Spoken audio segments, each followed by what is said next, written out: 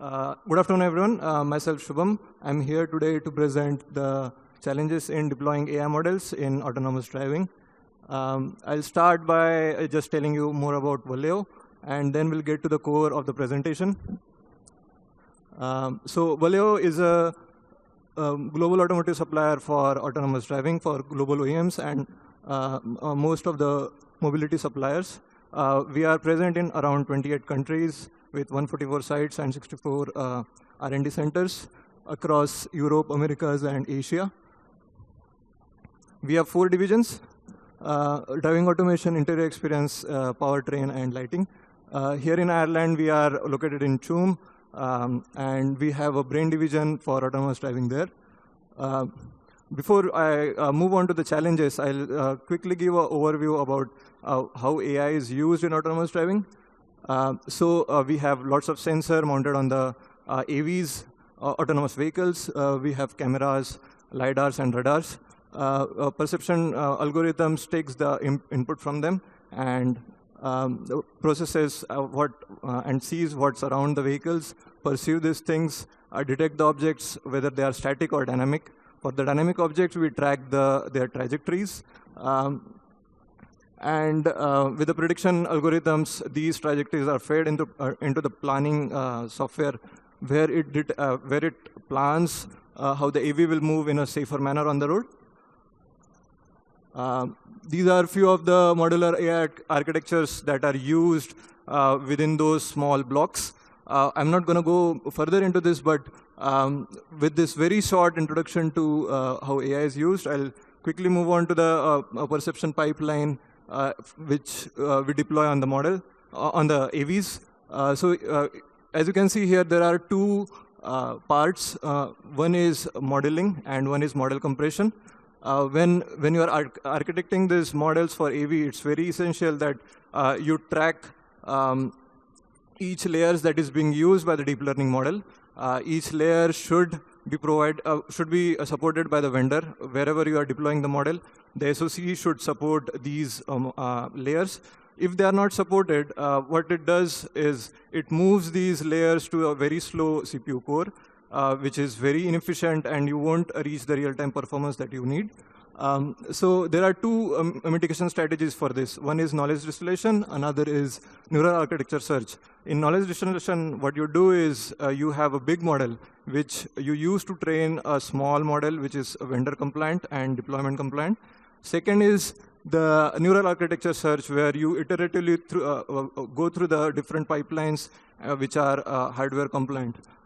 So as you can see here, more than training, you'll probably be spending more time on architecting and making these networks more hardware compliant. I'll present one of the operator engineering examples further in the presentation. It's very common that the AVs will have multitask networks because of their parameters efficiency, implicit data augmentation, which helps the generalization of the AVs throughout the task. What you normally have a shared backbone, which acts as a feature extractor for each of the models. Each model will have their own losses, which are backpropagated, and then there is aggregation strategies before these gradients are passed to the shared backbone. Now, training multitask network is a balancing act. You get a robustness and efficiency, but you really have to manage the loss scales, gradient conflicts, and the data imbalances that are present in the training. So what I mean by gradient conflicts is when the 2 tasks backpropagate their loss. If their gradients are more than 90 degrees apart, they are said to be gradient conflicts. And if you allow these conflicts, the network will be imbalanced, and you won't have good training strategies. So there are lots of challenges that you face here, but the important thing I want to highlight here is the evaluation. You really need to evaluate and have a particular evaluation strategies, whether it's a weighted average of different metrics across the task. You have to have the strategies before even starting the training. Otherwise, it's very hard to manage and track the progress of the MTN training. Now, once you have a trained model, it's very important that you compress this model as much as you can. The issue is AVs are supposed to deliver data center grade accuracies on a smartphone grade silicon. So it's very hard to bridge this gap, and model compression is one of the way that that bridges this gap. One of the methods is model pruning. So deep learning models are over-parameterized in a sense that they have lots of neurons that doesn't contribute a lot to the overall efficiency and the output of the model. So what we do is prune these neurons. Now that's where the challenge for model pruning starts. You can't just, in an unstructured way, just remove the neurons. The issue is, if you do that, you create lots of asymmetric kernels, which are not supported and very slow to run on the hardware.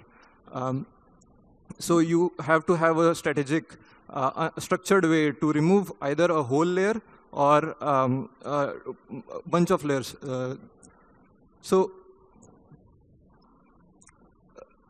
Okay, so there are other challenges as well. The one thing I want to highlight is after your model is pruned, for AV to be deployed, for the model to be deployed on the AV, it's very important that you see you do a vigorous verification, and you see that the network is still covering your rare events. It is very important to avoid any catastrophic failure that you see in the AVs. Now, the other method, and the more important method, or more safer method, I should say, is quantization. In quantization, what you do is actually put the model parameters to a lower precision. Now, when you train the model, normally the parameters are FP32, floating point 32, and you try to put them to int 16 or int 8 or even int 4 sometimes. You normally see 2 to 4x gain when you do this strategy.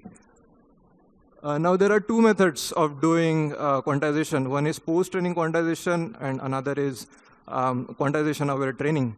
In my experience, quantization-aware training gets you a better benefit in a sense that when you put these layers on a lower precision, implicitly through the training, they adapt and gives better performance. Now, as with other methods, there are challenges for this as well, especially regarding the layer. When you put it into the lower precision, they tend to give a lot of error compared to the FP32 counterparts. So what you do is analyze each layer, find the bottlenecks, and then put them on a higher precision. So this is what we call mixed precision quantization-aware training. And this is very important that you do and get most out of the model. So I'll quickly present one of the use cases that we did with 4-task network. Here we had 3 bird's eye view tasks and 1 image task with object segmentation, object detection, height map, as well as the soiling to see if the cameras are degraded on the AV. What we did is include gradient normalization and gradient projection methods to cover and track the changes that happens during the training. Once the MTN network is reached to a particular maturity, we froze it, did the QAT using AMET tool with the mixed precision strategy, as well as followed the same training strategy that we did for FP32 model. Now, earlier I talked about some operators that are not supported. Now, you can see here, there is, on the left side, you see cumulative sum operator and a scatter ND operator. So those operators, whatever SOCs we were using, it was not supported to the precision that we wanted them to support. So we did some tweaks, found different strategies to mitigate this. Finally, we stuck to the matrix multiplication with some other tweaks that you see here. Now, this is the model output that we got. On the pink boxes, I don't think you can see the colors. On the boxes that are open in one end, those are the parking slots. We have boxes with the arrow that shows the presence of vehicles and their orientation. On the green and red thing is the height map. You see height of the objects, and this is the semantic segmentation.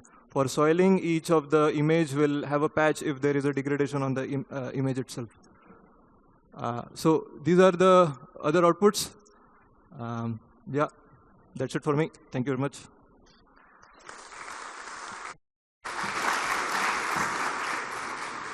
Thank you very much. Do we have any question?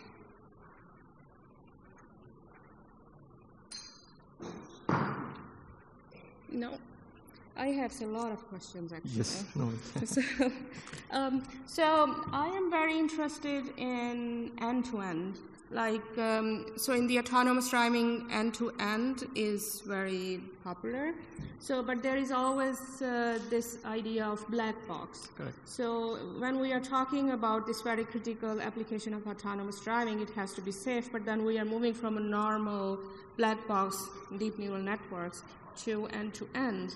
So already making it even putting the black box in another black box. Correct. So have you seen, are there being any thoughts about that while you are doing research on this? Yes, people are moving towards end-to-end, but there is still a pushback from vendors to put this, because obviously for the safety, you can't explain events if it is catastrophic. People are moving towards it. It's the same race that went into medical, where neural networks were not accepted first, and then now everyone is using for different diagnostic and medical applications. So it's same journey that autonomous driving is going through for this end-to-end. Okay, but while you are doing research, usually that's end-to-end is. It's not that much focusing on that. No, it is being focused because you have less hardware overhead to pass the messages from one module to another. It is very close to the SoC, so it runs fast. But the thing is, it's just the explainability that you will have. I mean, companies have to explain if there is a catastrophic events. Okay, thank you very much. Thank you. Yes. Thank you, guys. Thank you.